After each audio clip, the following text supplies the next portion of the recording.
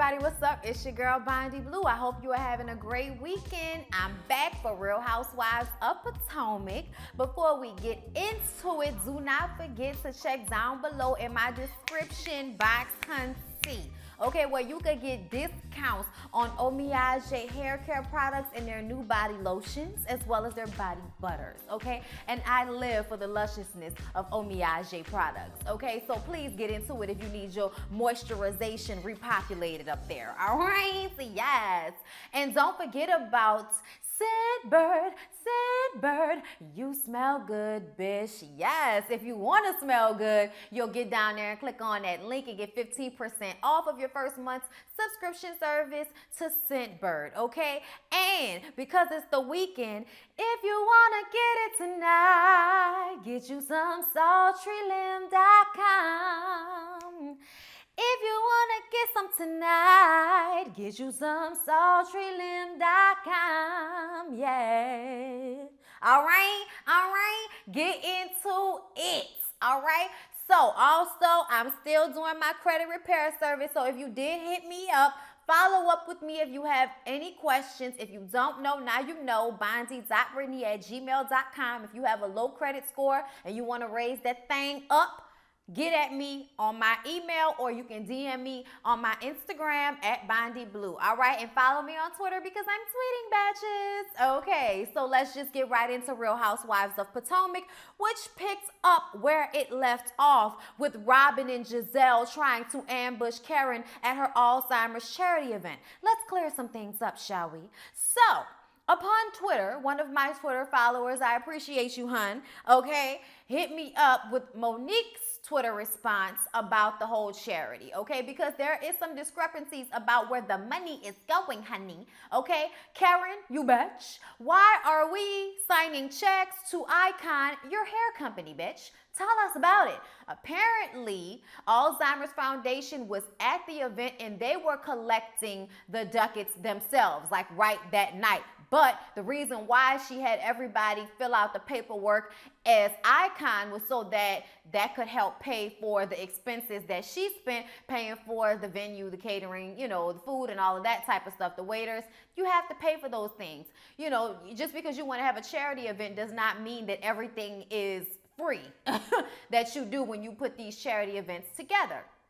So that's why she said she had it made out to them. But the Alzheimer's Foundation was on site and did receive their charity, you know, that they were there for. So there is no, you know, shaky shit going on with Karen. She did exactly what she said she was going to do, which I'm happy for because I like Karen so much. And I do feel like Alzheimer's is a terrible, terrible disease. Okay, it's terrible. My grandmother had dementia, so it's close to it in a way because they don't remember who they are. They don't remember your family members when they've passed away. They don't remember, you know, they don't remember who they are. And they just wander off, and then, you know, sometimes they can be angry. You know, it affects their moods. It affects who they are, and nobody wants to go through losing their family member but still having them alive to fight them along the way. If Karen's foundation is going to help that future vaccine or that future cure for Alzheimer's, boo, then I'm all here for it. So I'm glad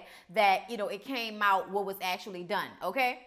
So like I said, Robin and Giselle call themselves those badges, rolling up on Karen as if they were going to pull her to the side and check her right now. And she says, no, you guys sit down and eat and, you know, we can talk after. And they're like, oh no, it has to happen right now. And Karen immediately became aware of what the energy was and said, oh no, we're not doing this. Security, yes, I want Robin and Giselle out, okay? Can we get those patches out? Yes, I want them gone. And I was just like, yes, bubble bust, hoes, bubble bust, batches. Y'all thought y'all was gonna come in here and ruin this lady's Alzheimer's event. She got celebrities in the building hosting. She is doing a damn thing with this event. This is too legit to quit. And you thought you was gonna come in here, okay, and start all this bullshit at this lady event?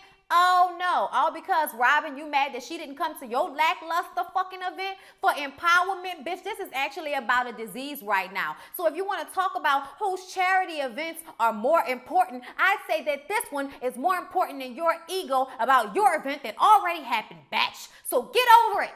Get over it. Okay, And Giselle, stop supplying the battery, bitch, okay? Let that hoe run out of energy, okay? She is like the energized the bunny with green eyes, running around, arguing and fighting with people because you didn't gave that whole energy. You didn't gave that whole life to be ignorant. And she don't mind doing it because she's a duck, okay? Robin is a duck. How you gonna let somebody else, as a grown woman, buck you up to embarrass your fucking self all the time, always getting kicked out of places? Grow up! Sharice and Ashley follow them outside once they've been escorted out of the building. Because, of course, Ashley and Sharice, messy as fuck, want to know what's going on, wants to know what's happening. And Robin and Giselle expressed their dismay that Karen said she was going to come to Robin's event costing her money and then decided not to show up. And I'm like, bitch, please, Karen was not the only person that cost you money, okay? From what I understand, it was real empty in that room. I don't be paying attention because I saw all of the shots was real close to her face. So I wasn't paying attention to who was in the room. Every shot seemed like it was very tight, okay? So as far as I'm concerned, Robin, whether Karen was there or not, your event was still gonna be kind of lackluster, ho. So you can't blame nobody but yourself. It's your first event. You'll do another one and they'll get more popular as time goes on, you know? But I just feel like for you to shit on somebody else's event all because they didn't come to yours is just, once again, kind of hypocritical and fucking childish. And I really wish that you would grow up and get over yourself and realize that everything somebody does is not dependent upon you. You know, she then starts to express, because, you know, I know I'm oily, y'all. I'm trying to get it together, okay? She then begins to express to Sharice that she is still upset about her not coming.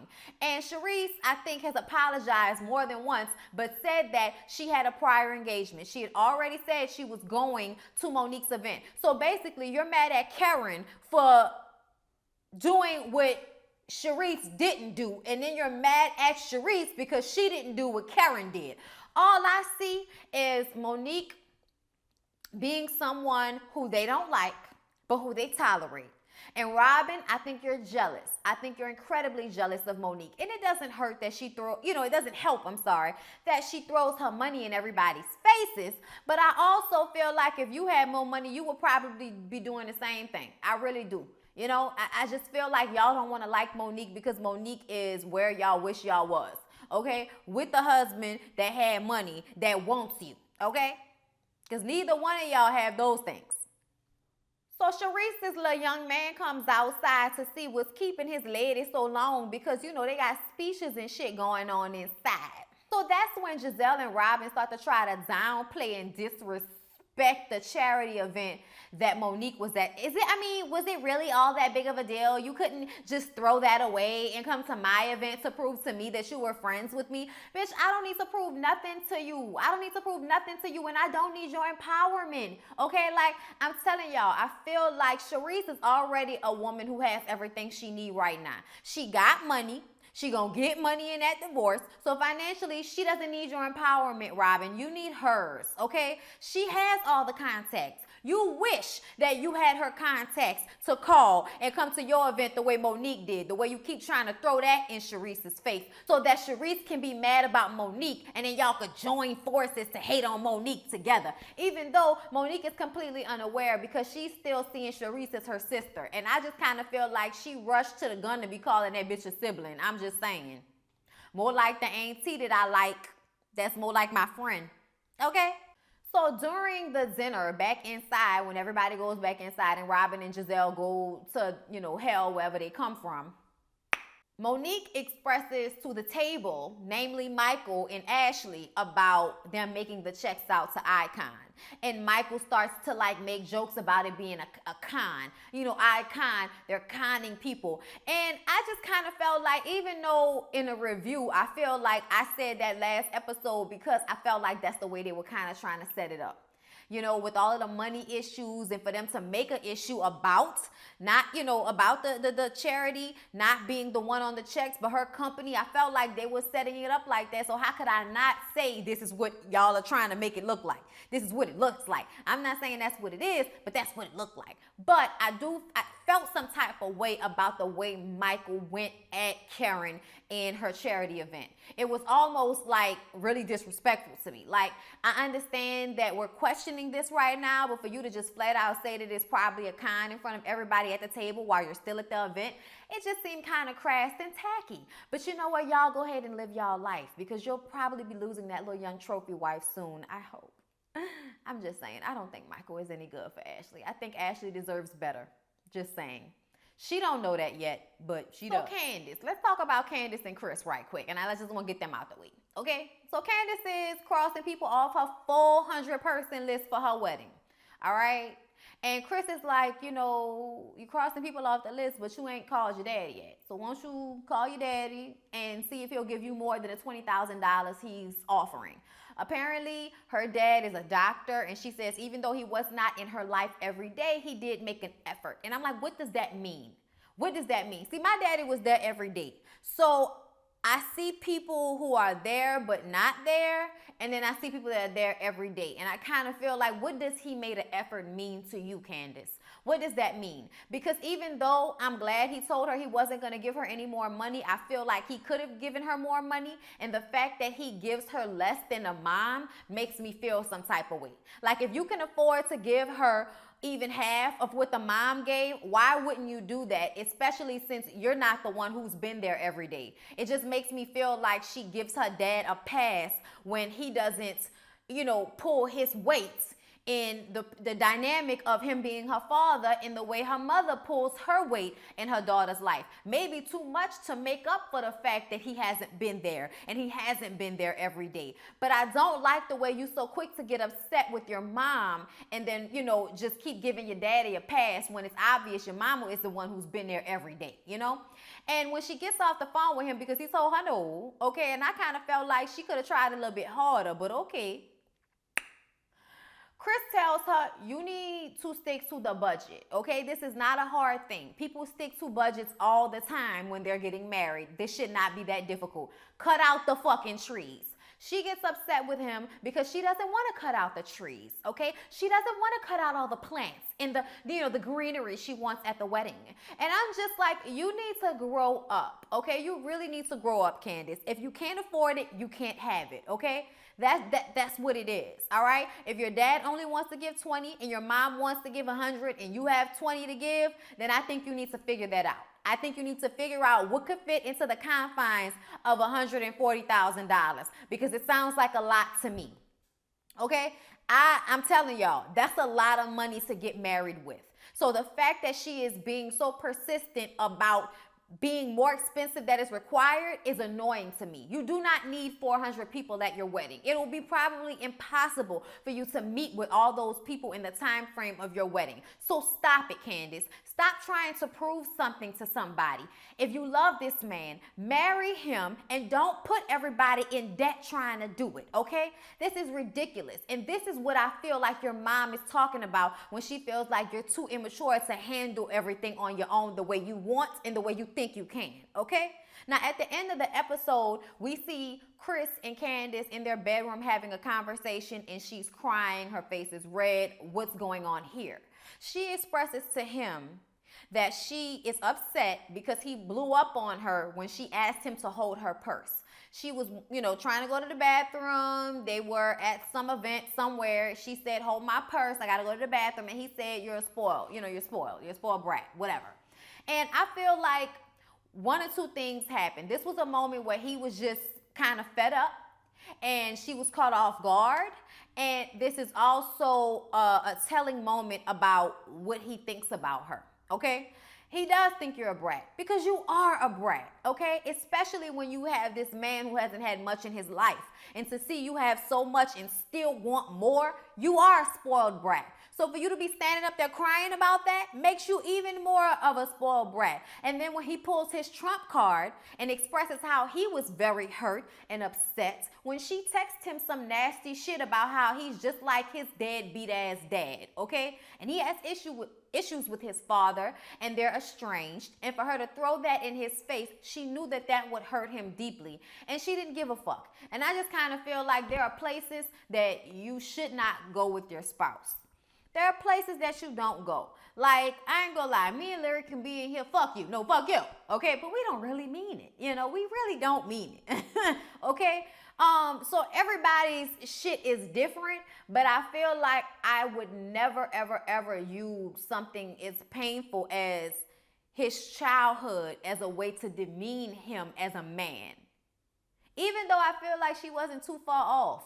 Because I said to y'all, I felt like why the fuck he hadn't been in them children's lives, But I also feel as if he's not trying to be a deadbeat as much as he is the product of one. So how can he give what he never learned to give? You know what I'm saying? Like, you just have to look at it in that way. And even though he was hurt, he needs to do better, okay? She apologized for what she said. And they seem to make up in the moment. But I don't know. Because I still know at some point she's going to take that ring off again and tell him that she don't know if she won't do this. So Giselle is working on her Every Hue beauty line, okay? And the National Black Caucus is having this huge event for business owners, CBC. And her little Every Hue beauty booth is going to be right front and center at the entrance, and she's excited and she wants everyone to come, and it's a way for her to be distracted, not dealing with Sherman, okay? And Giselle is really upset with Karen right now because she feels like Karen purposefully invited Kendall to her event to hurt Giselle, even though she told Giselle ahead of time, giving her the option of whether she wanted to deal with that or not. Now, Giselle says in the confessional that she doesn't care about Kendall. She's not worried about Kendall, yet she's throwing comments like horse face at Kendall. And production, y'all ain't shit for picking the most, unflattering video of her laughing. Y'all was wrong for that, okay? But I just kind of feel like, Giselle, you're always going to say it's not a problem when it really is because you don't want to seem pressed. But the fact that you're a mean girl, you're probably always pressed, honey. Always and forever pressed. Get it together. Therapy, honey. You really should think about it. I'm just saying. You really should. Ashley has a conversation with her uncle over the phone because he keeps it real with her, okay? Uncle Lump just, had surgery. He's trying to get past cancer. And Ashley calls him for advice about Michael and him not wanting to have a child. And she says everything that Michael says to her about him being worried that she's going to be irresponsible like her mother. And Uncle Lump tells her what I told her, okay? That's bullshit. He just doesn't want to have a child. And you shouldn't want to have a child with a man that will use your childhood against you in that way to keep you from having a child. And I feel like Ashley really just needs to take that lump sum of money and run. She has the same conversation with Candace later on in the episode, and Candace says the same thing. He just wants a trophy wife. He probably never really wanted to have children because having children adds another layer to the relationship that makes it even more serious than marriage.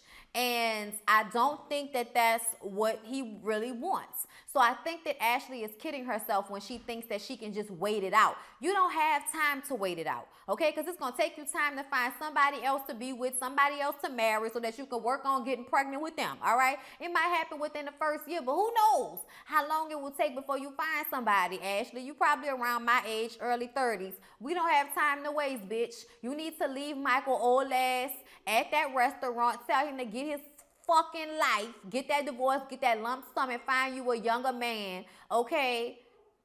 To spark them fires a little bit harder. You never know what you're missing until you get it. You know what I'm saying? I hate to see her trying to make that shit work. Now, another thing I noticed during this scene with she and Candace when they were talking is that Candace said in her confessional she feels that Ashley is so stuck in Giselle and Robin's ass that she is a different friend to her when they're all in a group setting. And I was like, Candace, I really like you. I really like you for picking up on that because I swear I've been seeing it the whole time. And Ashley, it shows how insecure and immature you are as a woman that you are so thirsty for those two green-eyed batches approval. Their approval means absolutely nothing. They have nothing in their lives that you should, want that badly that you would kind of put your self-respect to the side to be friends with them. I'm just saying. Giselle and Robin go work out, and Monique, Karen, and Candace go work out. And it looks boring over there by, Robin, Giselle, and Ashley. It looks boring. But over here, with Monique and Candace and Karen, they're colors. They're colors, all right? And of course, both, parties are talking about the situation, talking about the charity events, talking about their beef with one another. And Karen just says that for her to come to this event that meant the world to me, with that loud Liberace jacket on, and make it about her, I just couldn't let it happen. Giselle says that because she can't believe anything out of Karen's mouth, that their relationship is obviously not real. And I'm like, Giselle, whether you could believe something coming out of Karen's mouth or not, it wouldn't be real, because I don't know who you a real friend to on this show, bitch, but I ain't seen her. Have you seen her? Tell me, have you seen her? Oh, but I'm looking for the bitch that you might actually be a friend to on this show, but I don't see her. I don't see her. You ain't got no friends on this show, bitch. What you really talking about? Nobody fuck with you. Have you seen her? Tell me, have you seen her? No. Talk about Karen in this charity event, which I've already gave y'all what the tea is on that whole situation. But of course, Robin and Giselle are gonna make it a big deal and talk about how it's shady. And I'm just over them. I'm really, really over them. Somebody needs to smack the bitches like heads together so maybe they can get smarter or something. I don't know, but something needs to happen. They need a read. They need a resurrection. They need Jesus. They need the life, okay? But I don't know what it is, but them hoes need some moisturizer because the thirst is so real. Then they get on this whole Kendall situation. Giselle say her don't care. I feel like, bitch, you care, okay? And once again, Karen is having to explain to everybody that she's known Kendall for years, and she has known Kendall longer than she's known Giselle. And if she wanted to have both of her friends at her event, she gave the bitch the heads up. What more you want from an old hoe? So during the scene, Robin gets a phone call from Sharice. And y'all know Robin's still mad at Sharice for not coming to her event, so she throwing shade off rip. You should be happy I answered the phone. And Sharice was like, look, I'm sorry. Let's meet up. Let's talk. You guys tried to bully me, but let's meet up. And they gonna say they didn't try to bully her, but y'all did. That's all y'all do is try to bully bashes when they don't agree with you or when they do something that you think is against girl code. Bitch, you old hypocritical old bashes. Go sit your little green-eyed asses down somewhere, okay? Then, of course, Robin wants to bring up Monique stealing Sharice's friends. I'm going to bring that up when we talk. And it's like, I'm sure you will, okay? So they sit down and talk, and Robin just goes off about how she feels like Sharice was choosing sides when she decided to go to Monique's event instead of hers, and that this was really her event, and Monique's event wasn't really hers, and she should have been at her event. But, oh, yeah, how do you feel about the fact that she's stealing all your friends, inviting them to all her events? And then Sharice says, I haven't talked to her, but I feel some type of way. I have my feelings. She's obviously a social climber. And, I haven't introduced her to a lot of people, but at the Hurricane Harvey event, she made it all about her. And then they show us a clip of Monique saying that she really loves Sharice's friends, I'm guessing because they donated a lot. So I'm like, how does that make it about her? How does that somehow make this about her? Y'all cannot be mad that that girl has a bubbly personality and wants to be a socialite. Like, get the fuck out of here with that shit. She is a rich man's wife. If she wants to be a social climber, she ain't hurt nobody's fucking feelings. Let that girl live her life. Why are you mad? Okay? Why are you mad? Once again, Sharice, what the fuck was the point of ever introducing her to your friends if she could not therefore make her own associations and friendships with these people? This shit is childish and petty. And anybody that thinks that this is a big deal for her to call the friends that she met through Sharice to come to charity events, y'all need to grow the fuck up too. Y'all petty as fuck too. This is not high school, okay? I don't even know if that work in high school, bitch. How you gonna introduce me to your friend and then when we all be friends, now you upset? Girl, shut the fuck up. Shut the fuck up, okay? Ain't nobody leaving you out, Sharice. You was there. So then we get to the Black Caucus event, okay? Giselle got her little shit out front. She all bucked up. All the ladies coming through to get their ever hue beauty. All right, bitch, do it up. You know what I'm saying? For the black businesses, I'm here for that. Okay? Ashley is there. And, of course, Robin is there. And then Sharice is there. And Karen and Monique were not invited by Giselle to come to her booth, but they were going to be there anyway because they're trying to get their contacts up for their businesses that they're starting right now. So as soon as they walk in, they see them, but But because they didn't invite them, they like, man, fuck them batches. So they make the rounds, and then they're standing talking, and Ashley sees them and tells Giselle and Robin, so then they all run over to confront them. And they're like, oh, hey, yeah, we saw, we didn't see y'all. We didn't see y'all. And it wasn't like I didn't see you with my eyes. It was like, bitch, I don't see you, period, okay? But anyway, they was like, we're right there. How could you miss it? Look, whatever. We have another event to get to later on, so we're, on our way out. But you guys have a good time, okay? They're walking away. Ashley and Giselle walk away, and Robin is just standing there with this stupid fucking smirk on her face like a 16-year-old girl, green with fucking envy and venom, but trying to put a smile on her face to, masquerade the fuck shit.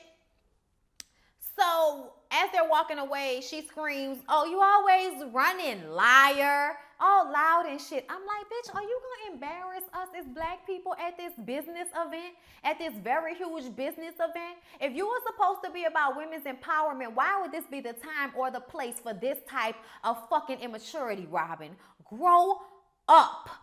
Grow up, bitch. Okay, then Candace comes. They all talk shit about them now that they're gone. They talk about Karen being a liar, and then they talk about Monique being, the fake social climber, and Cherie, she's taking all your friends. And Cherie says, I will talk to Monique in my own time, not with you bitches being an audience. I don't need y'all as backup, so I'll have a conversation with her when I feel like it. And Monique said on the way there that she had noticed that Sharice hadn't been answering her text messages or phone calls lately. And I'm just like, see, Sharice, like, why not just tell her what the problem is? Why not just tell her what the problem is? Because it's some bullshit. But whatever. Whatever, bitch. Whatever. But Candace did peep how Sharice was kind of going along with them talking shit about Monique when Monique really rides hard for her. So Candace was just like, tea, bitch.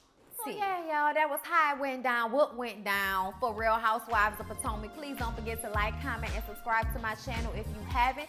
Share it on your Twitter, share it on your Instagram, share it on your Facebook. Love me, okay? Because I love you, all right?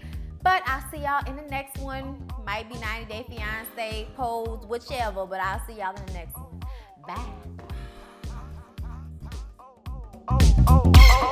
Bye.